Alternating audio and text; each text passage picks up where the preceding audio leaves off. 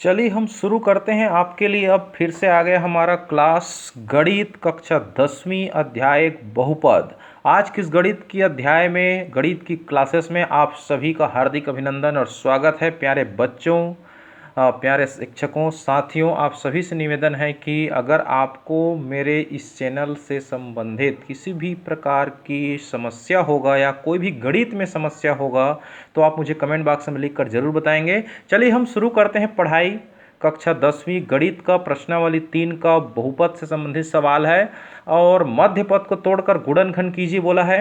चलिए हम गुणनखंड करते हैं। यहाँ पर कैसे गुणनखंड होगी, ध्यान दीजिए। x का वर्ग धन 2x धन 1 है, इसको गुणनखंड करते हैं।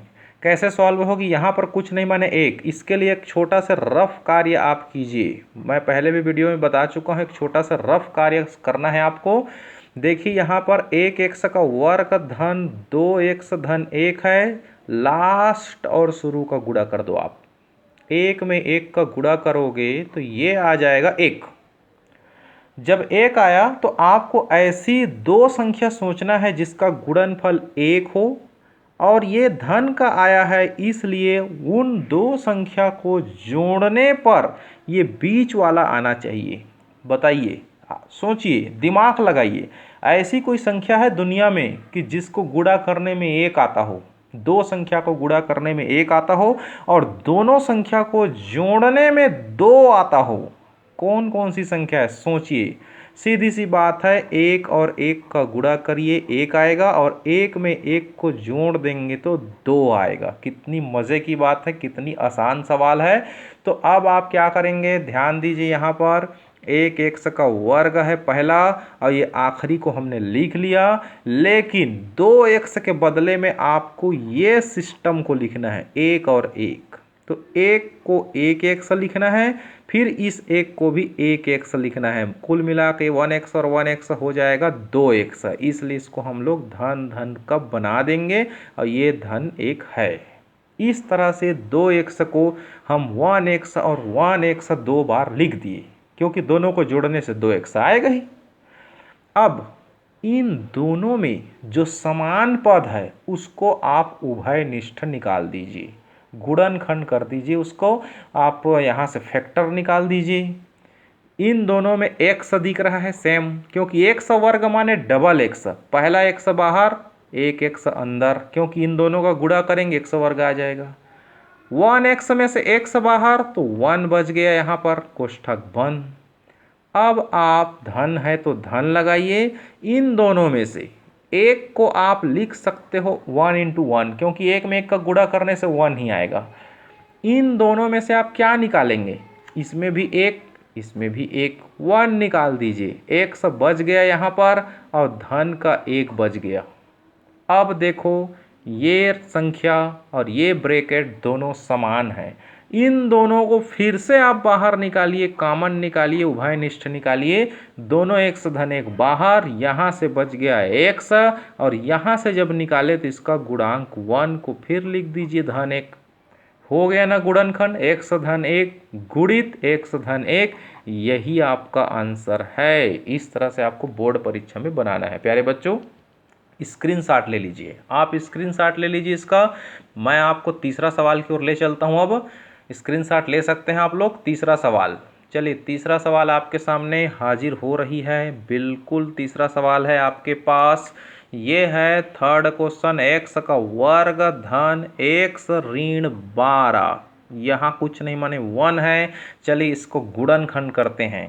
तो यहाँ पर सबसे पहले मैं आप लोग को एक छोटा से रफ कार्य बता रहा हूँ आप लोग को। ये जो हमारा सवाल है 1x का स्क्वायर प्लस 1x माइनस 12 है, शुरू और आखिरी का मल्टीप्लाई करो, 12 में 1 का गुणा करो, ऋण का 12 आ गया। 1 और ऋण 12 का गुणा करेंगे तो ऋण 12 ही आएगा।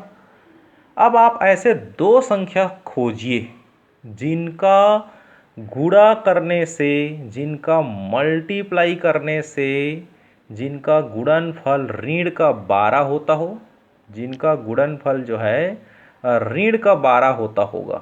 ऐसे दो संख्या खोजिए और बीच में 1 है और ये गुणनफल ऋण आया है, स्पष्ट है घटाने पर घटाने पर बीच वाला आना चाहिए 1x, 1 आना चाहिए, 1x तो हम उसमें लगा देंगे।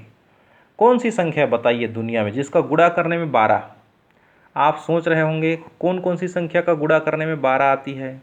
6 में 2 का, सीधी सी बात है, 6 दूनी 12। और किसका किसका? 12 में 1 का, 12 एकम 12। तो 6 में 2 को घटाएंगे तो क्या 1 आएगा? नहीं, इसलिए रिजेक्ट हो गया ये। 12 में 1 का गुणा करो 12, लेकिन 12 में 1 को जोड़ने पर घटाने पर क्या 1 आ रहा है? नहीं, ये भी रिजेक्ट। अब 4 और 3 ले लीजिए, 4 तिया 12, क्या 4 में 3 को घटाने से 1 आएगा? हाँ, आ जाएगा, बिल्कुल सेलेक्ट हो गया, 4 और 3। अब आप यहाँ पर आ जाइए, x वर्ग का x वर्ग, हल करते हैं इसका, ऋण 12 का ऋण 12 यहाँ पर, इस 1x के बदले में अब 4x लिखो और 3x लिखो, सीधी सी बात। अब करना क्या है, ध्यान दीजिए, इन दोनों में सबसे पहले आप सोच लीजिए बड़ा कौन है और छोटा कौन है। हमको यहाँ धन का लाना है, तो जो चिन्ह धन है वो चिन्ह आप इन दोनों में से सबसे बड़ा वाले में पहले लगा दो। अब छोटा वाले में क्या लगाएं? छोटा वाले में भी अगर आप धन लगाते हो तो दोनों जुड़ जाएगा, 4 3 7 हो जाएगा, लेकिन यहाँ 1 लाना है आपको, इसलिए आप यहाँ ऋण लगाइए, क्योंकि घटाना है आपको। 4 में 3 घटा के 1 लाना है, और 4 में 3 का गुणा करोगे तो 12 आ जाएगा। है ना मज़े की बात? अब यहाँ पर इन दोनों में से जो कॉमन है, उभयनिष्ठ है, उसको बाहर निकालिए। इन दोनों में से x बाहर निकलेगा, x वर्ग में से x निकला, x बच गया, 4x में से x निकल गया तो 4 बच गया, कोष्ठक बंद। इन दोनों में क्या कॉमन दिख रहा है? ऋण का 3 बाहर निकालिए, यहाँ से x निकलेगा, 12 में से 3 निकालेंगे यहाँ पर तो धन का 4 बचेगा। बोलो क्यों? क्योंकि 3 चौक के 12, 3 चौक के 12, इसलिए 4 बचाया। अब ये कोष्ठक और ये कोष्ठक बिल्कुल समान है, दोनों को फिर से आप बाहर निकाल दीजिए, x धन 4, दोनों समान ही आएगा। ये निकला तो यहाँ से बच गया x, और ये निकला तो यहाँ से बच गया ऋण का 3। ये हो गया गुणनखंड, x धन 4 गुणित x ऋण 3, यही आपका उत्तर है। इस तरह से प्यारे बच्चों आप लोग को बोर्ड परीक्षा में बनाना है। आप हमारे चैनल पर बने रहें, लगातार स्क्रीनशॉट ले सकते हैं। ऊपर वाले पर भरोसा रखें, माँ सरस्वती की कृपा आपको प्राप्त होगी, आप अवश्य सफल होंगे। हम आपको हर सवाल का जवाब अपनी चैनल के माध्यम से हम आपको घर जैसा, ट्यूशन जैसा आप लोग को लगेगा हमारी चैनल की पढ़ाई। Thank you so much.